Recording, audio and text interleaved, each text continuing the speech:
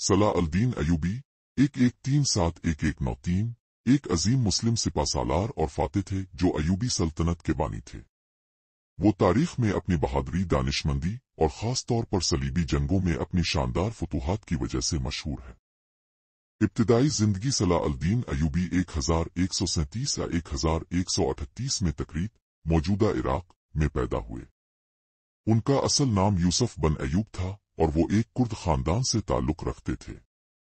उनके वालिद नजम अल-दीन अयूब नूरुद्दीन जंगी की फौज में एक अहम ओहदे पर फाइज थे। सलाह अल-दीन ने अपनी इब्तिदाई तालीम और अस्करी तरबियत दमिश्क में हासिल की। उरूज और फतूहात सलाह अल-दीन ने नूरुद्दीन जंगी की फौज में शमूलियत इख्तियार की और अपनी गैर मामूली सलाहियतों की बदौलत जल्द ही नुमाया मकाम हासिल कर लिया।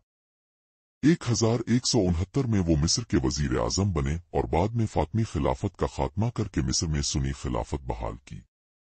1171 में उन्होंने अपनी हुकूमत को मजीद मुस्तहकम किया और नूरुद्दीन जंगी की वफात के बाद शाम और मिस्र को यकजा करके एक ताकतवर सल्तनत कायम की।